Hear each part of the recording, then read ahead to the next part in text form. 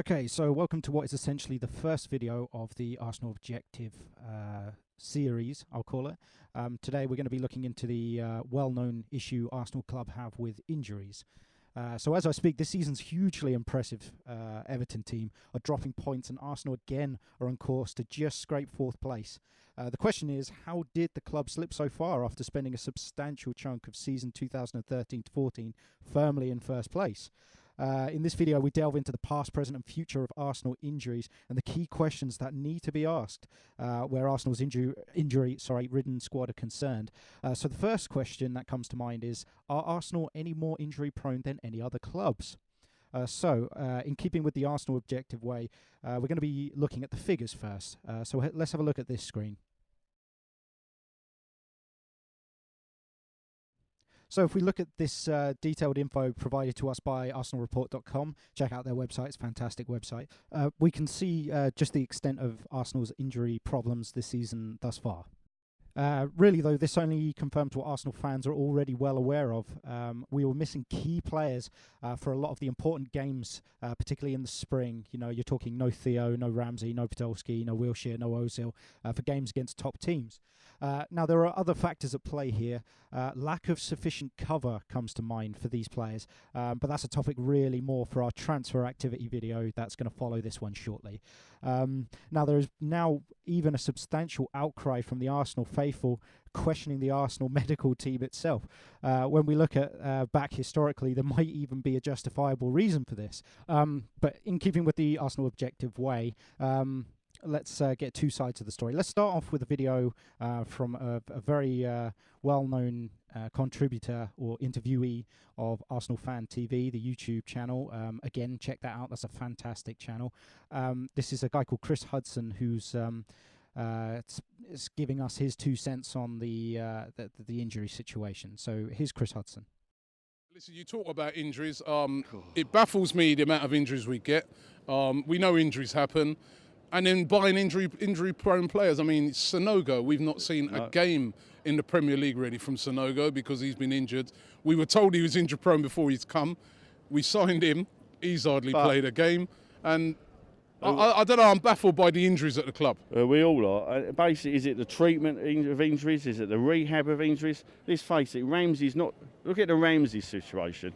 He's not the first player in the last 5 or 6 years who's got an injury, we're told, he'll be back in 2 weeks, and then suddenly you don't see him for 2 months. What is going on here with the treatment of injuries of Arsenal players? There's obviously something wrong. I mean, 4 or 5 years ago, I attended a meeting with Gazidis. He said they've fitted all the players with GPS systems so they could monitor and it would send out alert them when a player was up for injury. Well, it's obviously not working. I've never known a club. I think, oh, we're a bit unlucky. Eduardo was unlucky.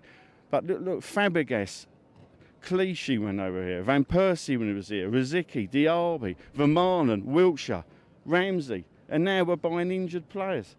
What is happening, going back to the new player we've got, please don't tell me that the medical team went to Arsene Wenger and said, Arsene, there's a bit of a problem here.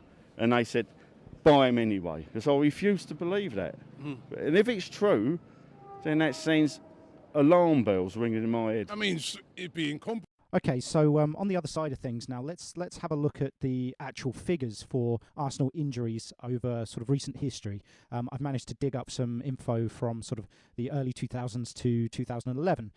Let's also combine that with the current Arsenal staff roster, the medical team roster. We can see that, you know, our squads, regardless of medical staff that come and go, we do seem a little on the injury-prone side.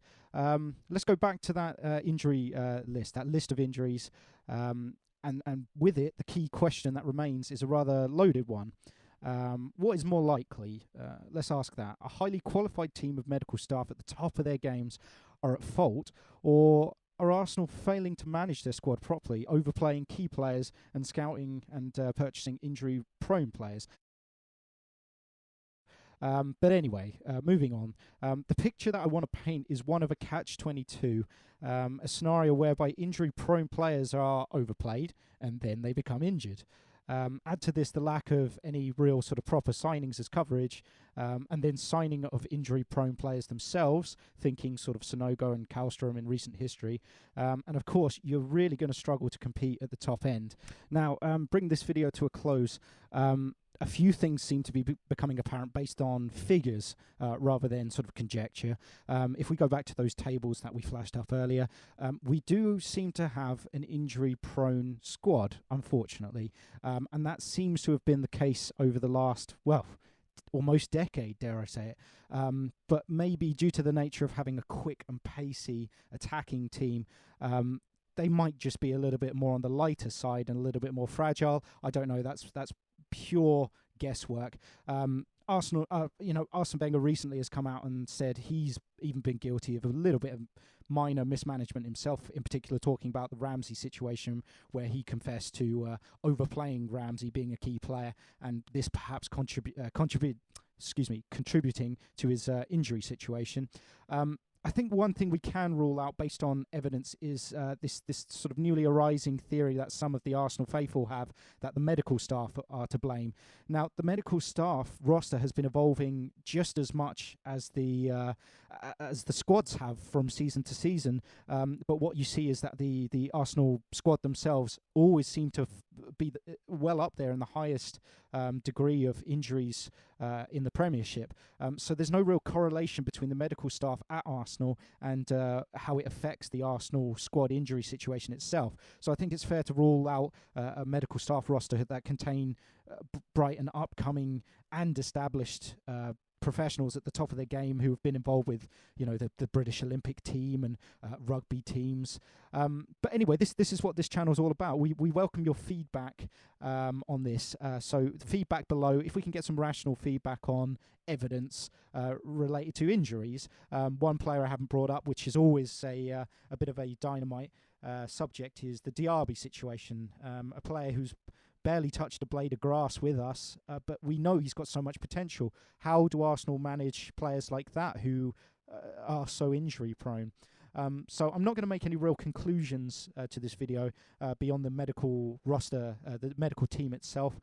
Squads, I should say, over the last decade have been a little bit on the fragile side, but maybe that's just the type of players Arsene Wenger's looking for: quick, nimble, light, a little bit fragile. Who knows? This is what it's all about. Give us your feedback and let us know what you think. And the best comments we're going to feature on the next video.